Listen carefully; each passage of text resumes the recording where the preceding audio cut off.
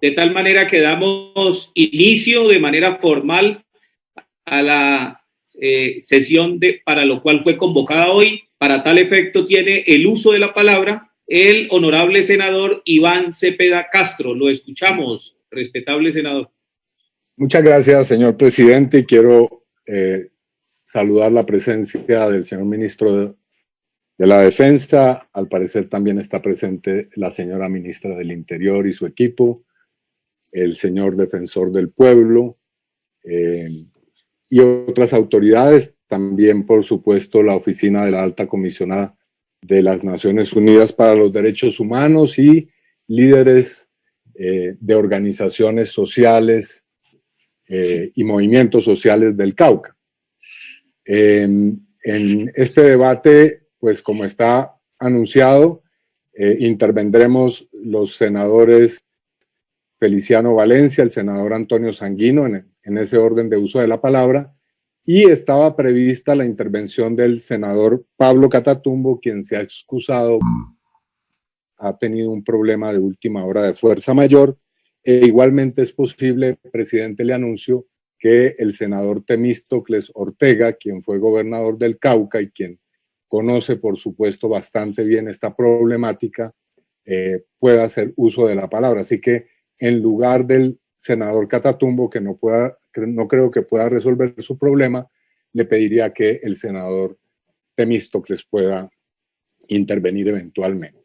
Yo voy a hacer simplemente 3 anotaciones puntuales. Mis colegas van a desarrollar los aspectos de detalle y de fondo de esta citación, pero obviamente no puedo dejar de lado el asunto que acaba de ser objeto de un cruce de constancias, y obviamente habrá la oportunidad de explayarnos en detalle sobre él.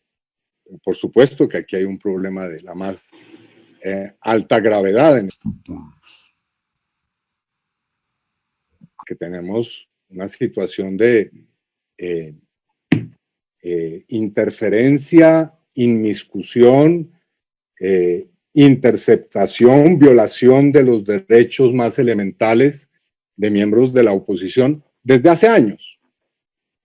Mi padre fue asesinado en el año 94 y antes de ser asesinado por miembros de la fuerza pública y grupos paramilitares, pues fue interceptado durante toda su vida. Puso, es decir, una cantidad de denuncias que no tienen cuenta y que quedaron constatadas en la sentencia de la Corte Interamericana de Derechos Humanos. Yo he sido víctima de las chuzadas del DAS, un organismo que tuvo que ser desmantelado por esta clase de fenómenos. Y ahora tenemos ese mismo fenómeno.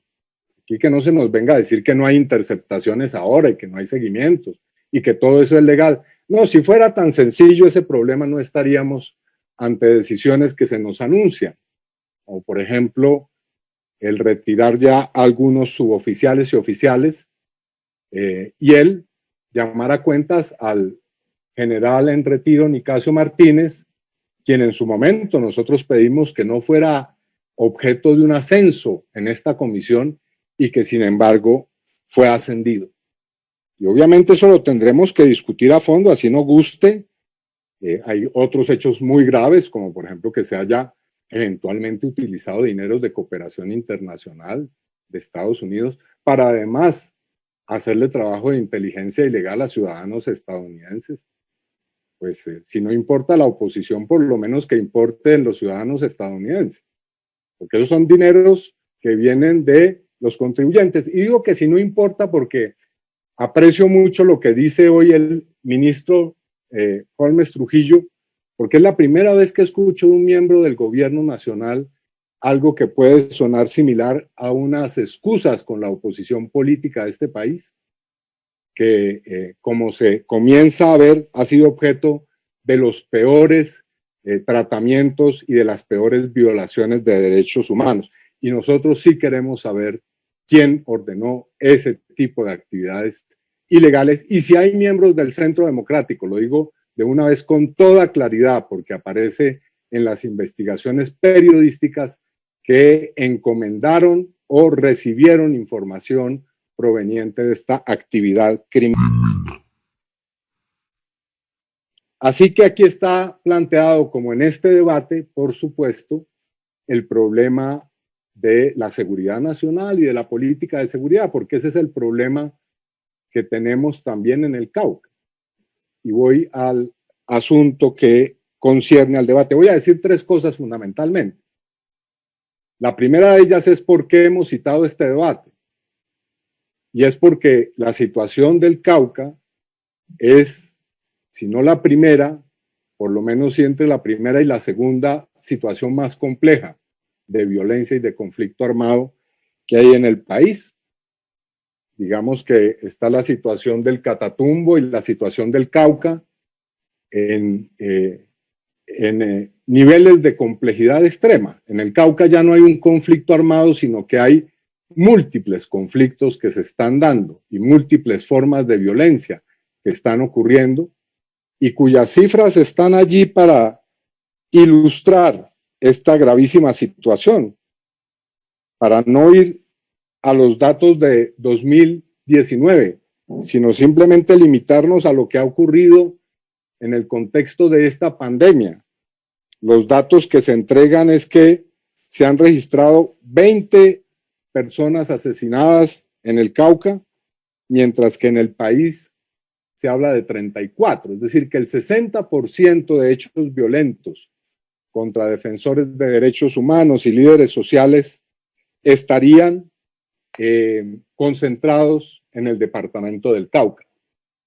En los meses del gobierno actual, según la Fundación Paz y Reconciliación, no se ha presentado ninguna mejora ostensible en cuanto a la situación de los líderes sociales y defensores de derechos humanos, pueblos indígenas, afrodescendientes y campesinos en este departamento del país. Se han perpetrado 5 masacres, entre las cuales la última ocurrió el 29 de abril en la población de Medellín.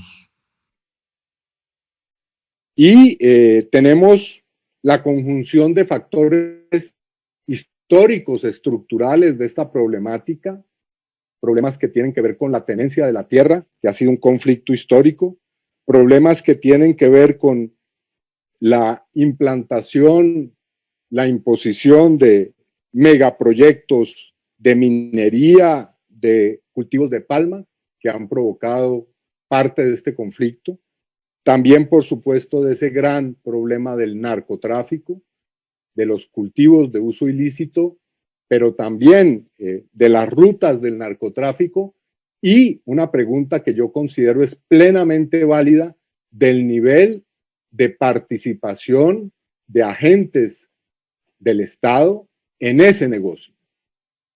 Aquí nosotros tenemos que señalar también eso como parte de la problemática. ¿Hasta dónde, una pregunta que es válida aquí, están involucrados miembros de la fuerza pública en estos hechos que realmente parecieran inexplicables si es que no existe un nivel de connivencia?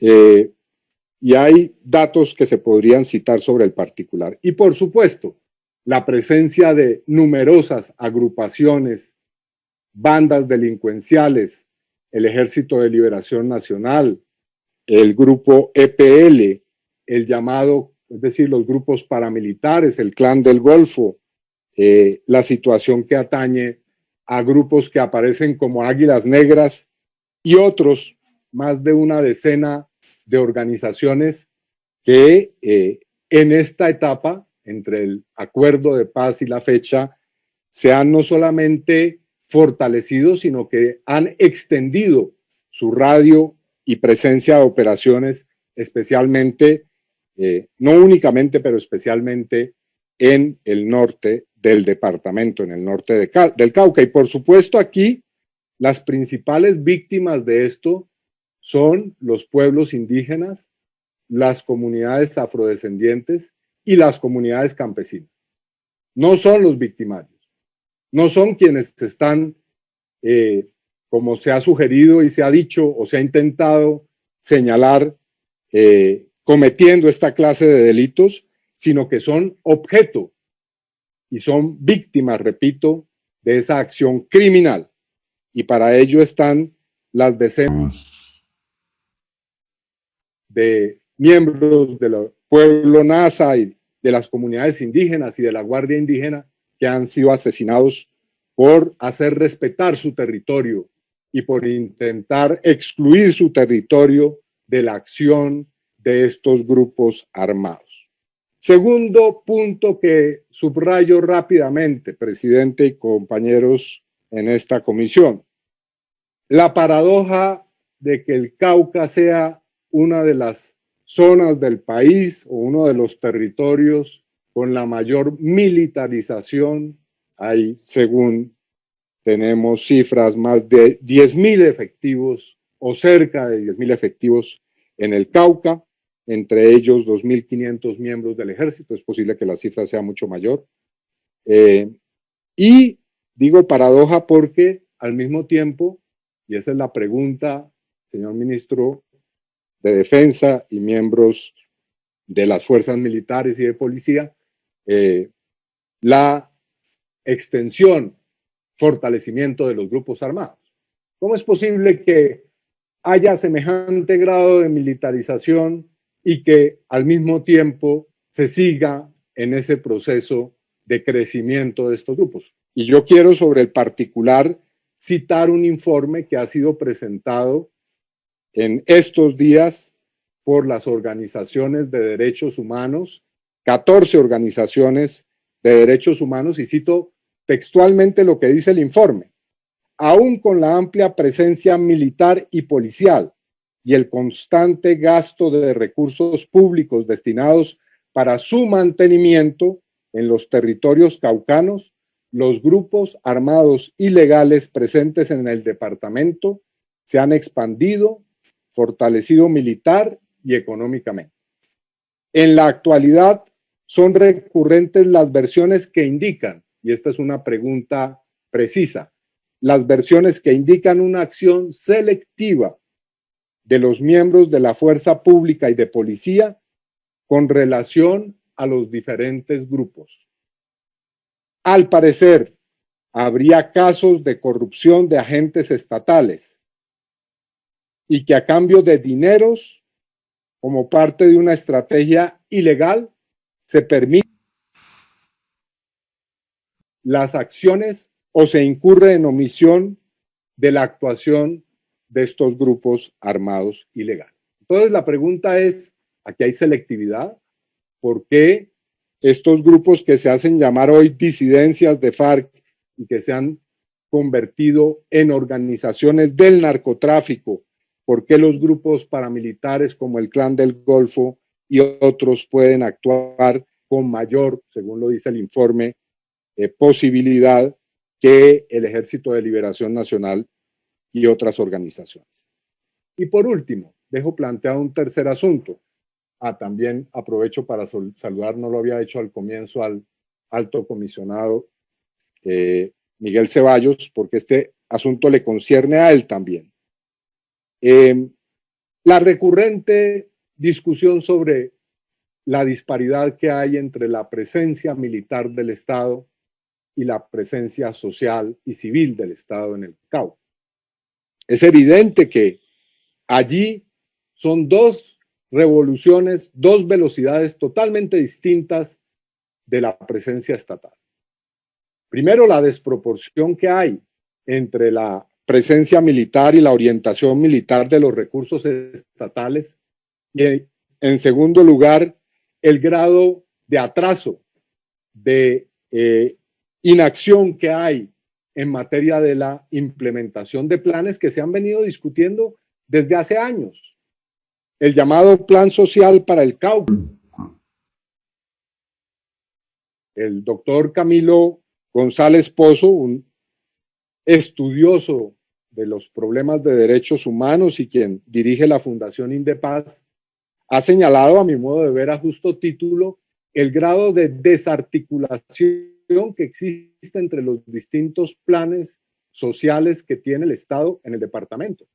El plan social del Cauca no tiene o tiene una muy débil y frágil articulación a los planes regionales de transformación, la situación del plan integral de sustitución de cultivos de uso ilícito y la brecha que hay entre ese plan que debiera ser el plan esencial para contrarrestar los cultivos de uso ilícito y la erradicación forzada de esos cultivos.